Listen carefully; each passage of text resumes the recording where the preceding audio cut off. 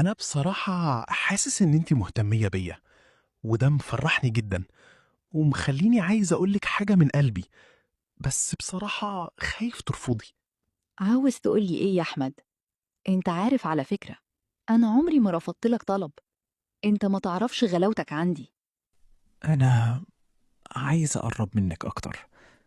بصراحة أنا محتاجك في حياتي، ومحتاج حد يهتم بيا زي ما انتي بتهتمي بيا. انتي رايحة فين يا زينة يا حبيبتي؟ انتي تعبانة، رايحة فين دلوقتي؟ مفيش يا ماما، مشوار مهم لازم أروحه. طيب ما قلتليش عملتي ايه امبارح مع أحمد؟ لما أرجع تعرفي كل حاجة يا ماما. أنا همشي دلوقتي. هو مش انتي قلتيلي انك سبتي الشغل عند احمد؟ طيب كنتي هناك ليه وبتعملي ايه؟ ممكن تفهميني لو سمحتي؟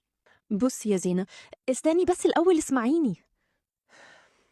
أبدا يا زينة، أنا كنت رايحة بس عشان أصلح ما بينكم. ما حبيتش أقولك عشان كنت عارفة إنك هترفضي إن أروح. كنت هروح هناك ليه يعني لو مش عشان أحل الموضوع؟ لا، كنت مفروض تقوليلي الأول قبل ما تروحي. لين، الحقيني، أنا تعبانة. شكلي بولد ولا إيه؟ أنت ليه مش بترد على تليفونك؟ خير يا لين، في ايه؟ زينب بتولد يا أحمد، وأنت لازم تكون جنبها دلوقتي. أحمد، زينة بتحبك، خلي بالك منها يا أحمد. على فكرة يا لين، أنتِ طيبة وجميلة. لما زينة جت البيت أنا ما كنتش قادرة أبص في وشها، وساعتها حسيت قد إيه أنا وحشة وإنها أحسن مني بكتير. ربنا يوفقهم مع بعض. الحمد لله على السلامة يا زينة، وحشتيني يا أم حمزة.